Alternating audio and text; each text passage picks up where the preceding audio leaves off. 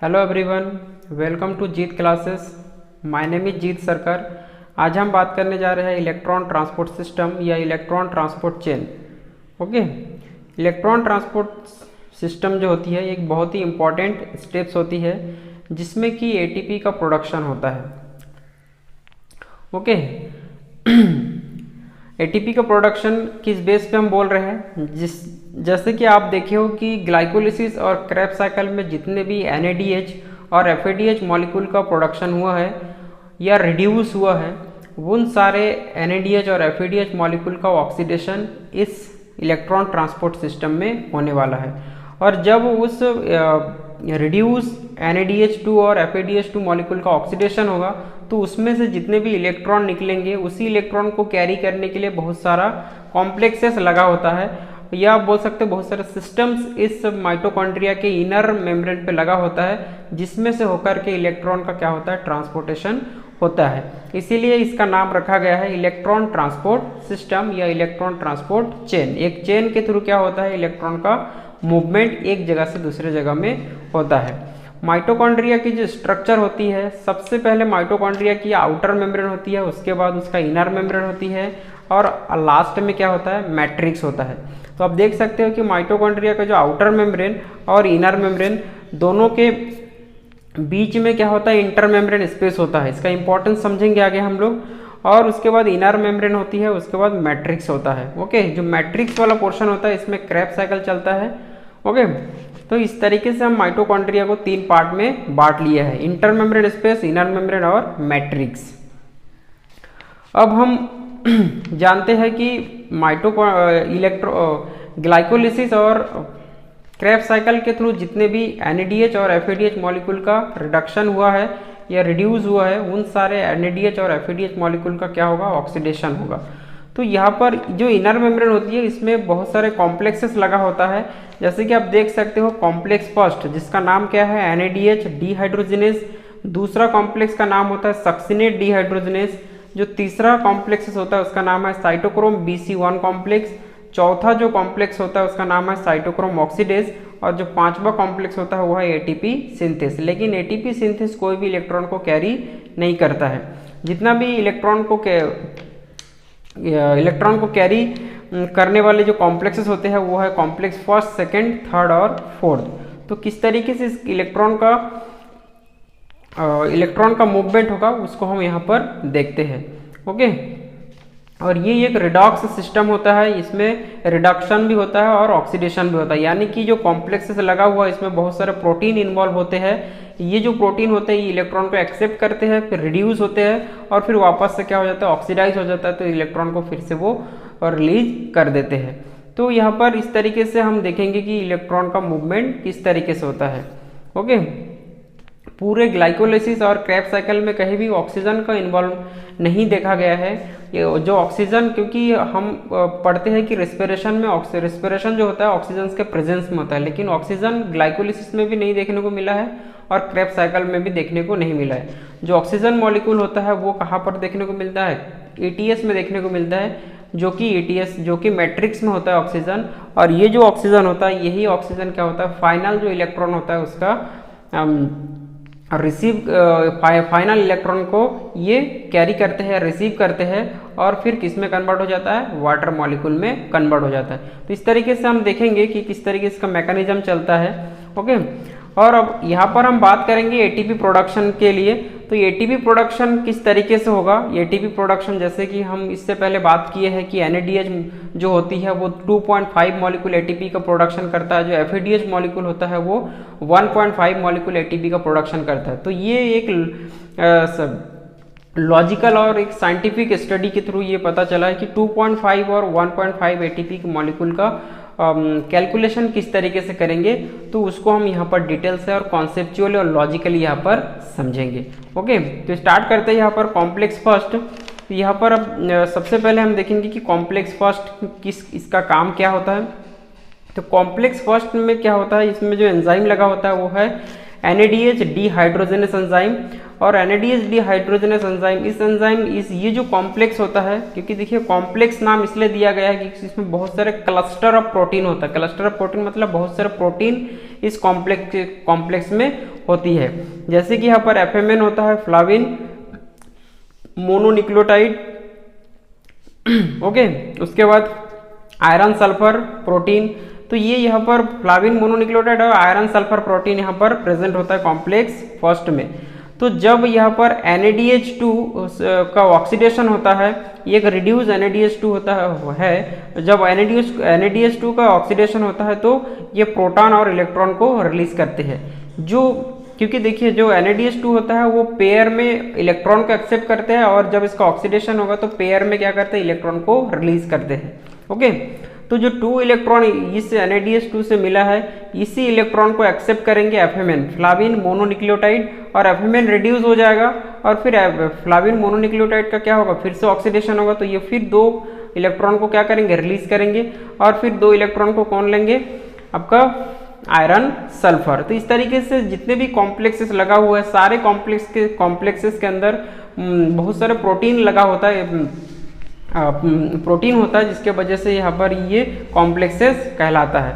तो इस तरीके से FMN ने इलेक्ट्रॉन को कैरी किया, फिर आयरन सल्फर ने इलेक्ट्रॉन को कैरी किया, और इस तरीके से ये यूवी क्विनोन को इलेक्ट्रॉन दे देंगे, ओके। यूवी क्विनोन क्या है, ये प्रोटीन नहीं है, ये क्या है, कोएंजाइम की तरह काम करते हैं, जो कि कॉम्प्लेक्स फर्स्ट और कॉम्प्लेक्स थर्ड के बीच में होता है।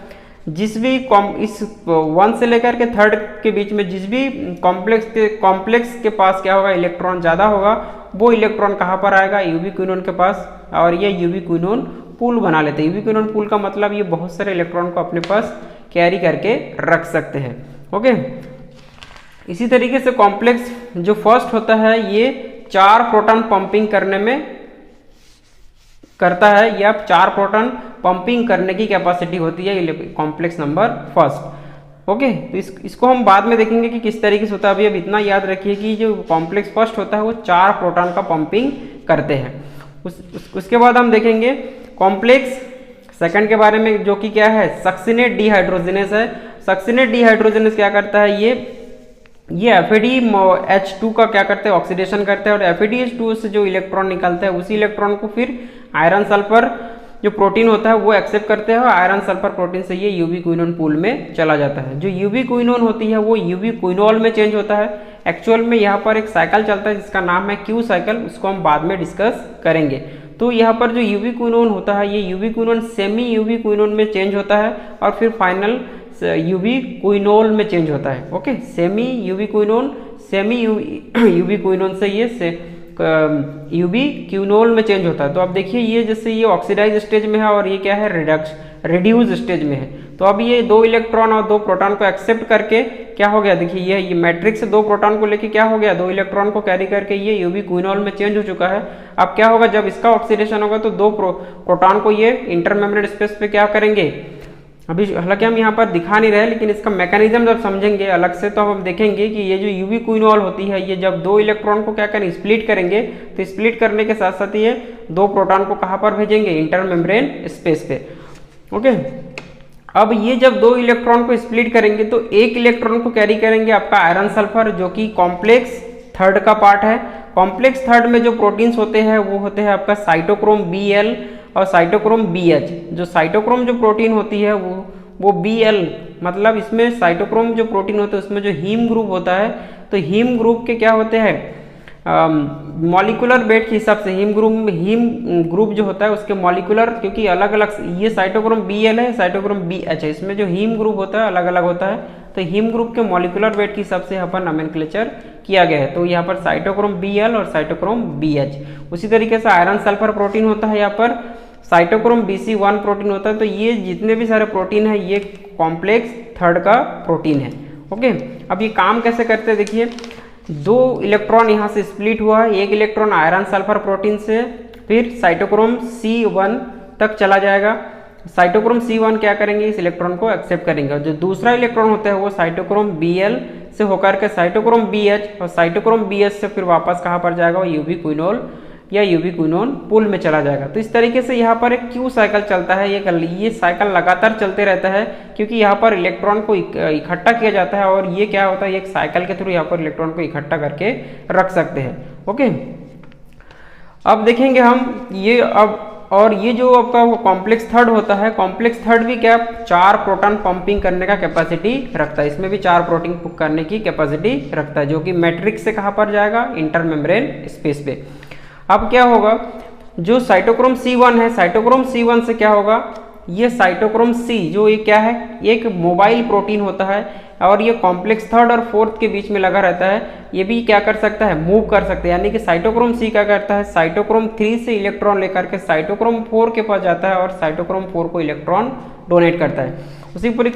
उसी प्रकार से हम देखेंगे कि जो कॉम्प्लेक्स 4 होता है, कॉम्प्लेक्स 4 में जो आपका प्रोटीन होता है और इसका जो कॉम्प्लेक्स स्ट्रक्चर होता है, उसमें कौन कौन से स्ट्रक्चर या कौन कौन से कंपोनेंट होते हैं, इसमें कॉपर आयन A होता है, साइटोक्रोम A एक प्रोटीन है और इसमें साइटोक्रोम A3 और A3 कॉपर आयन B। तो इस तरीके से ये कॉम्प्लेक्स 4 का क्या है, कंपोनेंट होती है। ओके, अब क्या होगा, साइटोक्रोम C से क्या होगा, इलेक्ट्रॉन कॉपर आयन A के पास आएगा, कॉपर आयन A से साइटोक्रोम A के पास आएगा इलेक्ट्रॉन और फिर cytochrome A3 copper ion B यहाँ तक इलेक्ट्रॉन आएगा। उसके बाद यहाँ से क्या होगा, इलेक्ट्रॉन जो ये इलेक्ट्रॉन होती है, इस इलेक्ट्रॉन को फाइनली क्या होगा, हाफ ऑक्सीजन मॉलिक्यूल एक्सेप्ट करेंगे और मैट्रिक्स से 2 प्रोटॉन को एक्सेप्ट करके ये वाटर मॉलिक्यूल में कन्वर्ट हो जाएगा।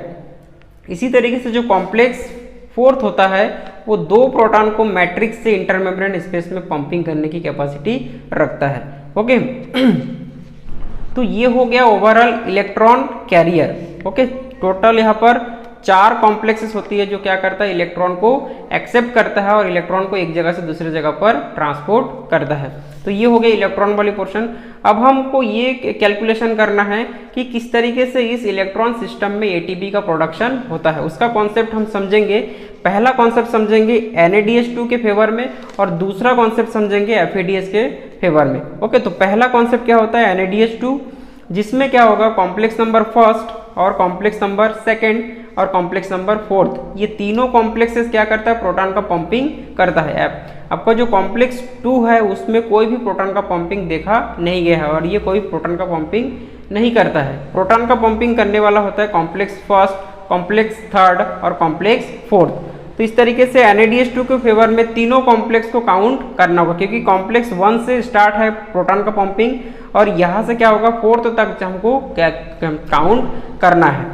ओके, तो इस तरीके से यदि हम काउंट करेंगे कॉम्प्लेक्स 1, कॉम्प्लेक्स 3rd और कॉम्प्लेक्स 4th, तो कॉम्प्लेक्स 1 ने मैट्रिक्स से इंटरमेम्ब्रेन स्पेस पे 4 प्रोटॉन का पंपिंग किए हैं, कॉम्प्लेक्स 3rd ने मैट्रिक्स से इंटरमेम्ब्रेन स्पेस पे 4 प्रोटॉन का पंपिंग किया है और कॉम्प्लेक्स 4th ने मैट्रिक्स से 2 प्रोटॉन का पंपिंग किया। टोटल यहाँ पर इंटरमेम्ब्रेन स्पेस में क्या होगा, 4 4 8 और 2 10, इस तरीके से 10 प्रोटॉन का पंपिंग एक ही टाइम में करेंगे। ओके, प्रोटॉन का पंपिंग किस कंडीशन में होता है, जैसे कि मैट्रिक्स में क्या होगा, प्रोटॉन की कॉन्सेंट्रेशन ज्यादा होगा। जब प्रोटॉन की कॉन्सेंट्रेशन ज्यादा होगा तो इसमें पीएच में क्या होगा, डिफर होगा। जब पीएच में डिफर होगा यानी कि इसमें पीएच की संख्या बढ़ जाएगी और इंटरमेम्ब्रेन स्पेस में मैट्रिक्स में क्या होगा, पीएच की कॉन्सेंट्रेशन बढ़ेगी या पीएच बढ़ जाएगी और इंटरमेम्ब्रेन स्पेस पे क्या होगा, पीएच कम होगा। तो यहाँ पर एक पीएच ग्रेडियंट मेंटेन होगा या इलेक्ट्रोकेमिकल ग्रेडियंट यहाँ पर मेंटेन होगा। इलेक्ट्रोकेमिकल ग्रेडियंट यहाँ पर बनेगा। उसी इलेक्ट्रोकेमिकल को बैलेंस करने के लिए कॉम्प्लेक्स 5 क्या करता है, हेल्प करता है। तो अभी हम देखेंगे कि किस तरीके से यहाँ पर प्रोटॉन का पंपिंग हुआ है। और जो कॉम्प्लेक्स 5th होता है वो कीमोऑस्मोटिक थ्योरी के ऊपर बेस्ड है। ओके, कीमोऑस्मोटिक थ्योरी जो थ्योरी होता है उसी के थ्रू यहाँ पर एटीपी का प्रोडक्शन होता है। जो कॉम्प्लेक्स जो 5th होता है उसमें 2 प्रोटीन होता है, एक है F1 और दूसरा होता है F0, यानी F0 और F0। ये 2 प्रोटीन होता है जिसके थ्रू क्या होता है, जब इंटरमेम्ब्रेन स्पेस में प्रोटॉन की कॉन्सेंट्रेशन ज़्यादा हो जाएगा तब क्या होगा, मैट्रिक्स में प्रोटॉन की कॉन्सेंट्रेशन कम हो जाएगी। तो उस ग्रेडियंट को मेंटेन करने के लिए कॉम्प्लेक्स जो 5 होता है या 5th होता है उसमें क्या होगा, जो कॉम्प्लेक्स 5th होता है उसमें 4 प्रोटॉन का क्या होगा, 4 प्रोटॉन का पंपिंग इंटर मेम्ब्रेन स्पेस से कहाँ पर होगा, मैट्रिक्स में होगा। ओके, तो जब 4 प्रोटॉन का पंपिंग इंटर मेम्ब्रेन स्पेस से मैट्रिक्स में होगा तो उस कंडीशन में क्या होगा, जो ये F0 और F0 में क्या होगा, एक एनर्जी क्रिएट होगा, जिस एनर्जी को यूज करके यहाँ पर ADP यानी कि एडेनोसिन डाइफॉस्फेट और एक मॉलिक्यूल इनऑर्गेनिक फॉस्फेट आपस में क्या होगा, जुड़ जाएगा, और आपस में जुड़ने के बाद ये क्या बनाएगा, एक मॉलिक्यूल ATP का प्रोडक्शन करेंगे। ओके, यही कॉन्सेप्ट को आपको अच्छे से समझना है कि 10 प्रोटॉन का पंपिंग NADH के केस में 10 प्रोटॉन का पंपिंग 3 कॉम्प्लेक्स के थ्रू कहाँ पर हुआ है, इंटरमेम्ब्रेन स्पेस में। जैसे ही प्रोटॉन का पंपिंग हुआ है तो वहां पर इंटरमेम्ब्रेन स्पेस पे क्या होगा, प्रोटॉन की कॉन्सेंट्रेशन बढ़ जाएगा, और जैसे ही प्रोटॉन की कॉन्सेंट्रेशन बढ़ जाएगा तो कॉम्प्लेक्स 5th से होकर के 4 प्रोटॉन का मूवमेंट कहाँ पर होगा, इंटरमेम्ब्रेन स्पेस से मैट्रिक्स में। जैसे ही मैट्रिक्स में 4 प्रोटॉन का मूवमेंट होगा, इस F0 और F1 में एक एनर्जी क्रिएट होगा, और इसी एनर्जी का यूज करके ADP और इनऑर्गेनिक फॉस्फेट आपस में जुड़ जाएगा और ATP में कन्वर्ट हो जाएगा। तो कॉन्सेप्ट यहाँ पर क्या याद रखना है कि 3 कॉम्प्लेक्सेस ने मिलकर के 10 प्रोटॉन को क्या किए, इंटरमेम्ब्रेन स्पेस पे पंपिंग किए हैं, और एक ATP की प्रोडक्शन के लिए टोटल 4 प्रोटॉन का पंपिंग इंटरमेम्ब्रेन स्पेस से कहाँ पर हो रहा है, मैट्रिक्स में हो रहा है। यही कॉन्सेप्ट को आपको याद रखना है। अब देखिए किस तरीके से हम कैलकुलेशन करेंगे। तो यहाँ पर सबसे पहले हम NADH के केस में बात करेंगे, कितना प्रोटॉन मैट्रिक्स से इंटरमेम्ब्रेन स्पेस पे पंपिंग हुआ है, 10 प्रोटॉन का, और एक मॉलिक्यूल ATP प्रोड्यूस करने के लिए 4 प्रोटॉन का पंपिंग इंटरमेम्ब्रेन स्पेस से मैट्रिक्स में हुआ है। तो 4 से हम 10 को डिवाइड करेंगे तो 2.5 मॉलिक्यूल ATP का प्रोडक्शन इस तरीके से यहाँ पर देखा जाएगा। इसी प्रकार से जब FED की बात करेंगे तो FED मॉलिक्यूल में क्या होगा, जो कॉम्प्लेक्स 1 होता है वो मिसिंग होगा, क्योंकि कॉम्प्लेक्स 1 को हम यहाँ से कैलकुलेट नहीं कर सकते, क्योंकि जो FED का जो कॉम्प्लेक्स होता है कॉम्प्लेक्स 2 होता है, और कॉम्प्लेक्स 2 में कोई भी आपका कोई भी प्रोटॉन का पंपिंग देखा नहीं गया है। तो FED के बाद कौन सा होता है, जो FED का कॉम्प्लेक्स है वो जो कॉम्प्लेक्स 2 के बाद कौन सा कॉम्प्लेक्स आता है, कॉम्प्लेक्स 3 और कॉम्प्लेक्स 4। तो इस कंडीशन में हम यदि कॉम्प्लेक्स 1 को यदि हम काउंट नहीं करेंगे तो हमारे पास सिर्फ कॉम्प्लेक्स 3 प्रोटॉन का पंपिंग कर रहे हैं और कॉम्प्लेक्स 4 प्रोटॉन का पंपिंग कर रहे हैं। तो कॉम्प्लेक्स 3 और कॉम्प्लेक्स 4 को यदि हम काउंट करेंगे तो टोटल 6 प्रोटॉन क्या होगा, मैट्रिक्स से इंटरमेम्ब्रेन स्पेस पे पंप किया जाएगा। तो जो हम और एक मॉलिक्यूल ATP के लिए 4 प्रोटॉन का पंपिंग किया जाएगा। तो 4 से हम 6 को क्या करेंगे, डिवाइड करेंगे, तो हमारे पास 1.5 मॉलिक्यूल ATP का प्रोडक्शन देखने को मिलेगा।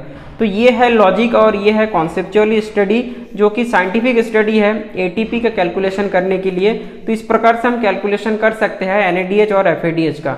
ओके, तो इस तरीके से हम इलेक्ट्रॉन ट्रांसपोर्ट सिस्टम में देखते हैं कि किस तरीके से ATP मॉलिक्यूल का प्रोडक्शन होगा। तो इस तरीके से ये इलेक्ट्रॉन कैरी करेंगे, और इलेक्ट्रॉन कैरी करने के बाद जो इलेक्ट्रॉन होती है वो इलेक्ट्रॉन फाइनली ऑक्सीजन क्या करेंगे, रिसीव करेंगे, और ऑक्सीजन रिसीव करने के बाद इलेक्ट्रॉन का बैलेंस हो गया, और बचा जो प्रोटॉन होती है उस प्रोटॉन की कॉन्सेंट्रेशन मैट्रिक्स में ज़्यादा होगा एक बार, और जब मैट्रिक्स में ज़्यादा होगा तो pH ग्रेडियंट, इलेक्ट्रोकेमिकल ग्रेडियंट यहाँ पर बनेगा, और जब इलेक्ट्रोकेमिकल ग्रेडियंट बनेगा तो उस इलेक्ट्रोकेमिकल ग्रेडियंट को मेंटेन करने के लिए कीमो ऑस्मोसिस एक पाथवे होती है, जिसके थ्रू क्या होगा, इंटरमेम्ब्रेन स्पेस से वापस जो प्रोटॉन होती है वो वापस pH मेंटेन करने के लिए फिर मैट्रिक्स में भेजा जाएगा। उस दौरान क्या होगा, एक 5वें नंबर पे एक एनर्जी क्रिएट होगा, जिसके थ्रू ADP और इनऑर्गेनिक फॉस्फेट मिलकर के ATP बनाएगा।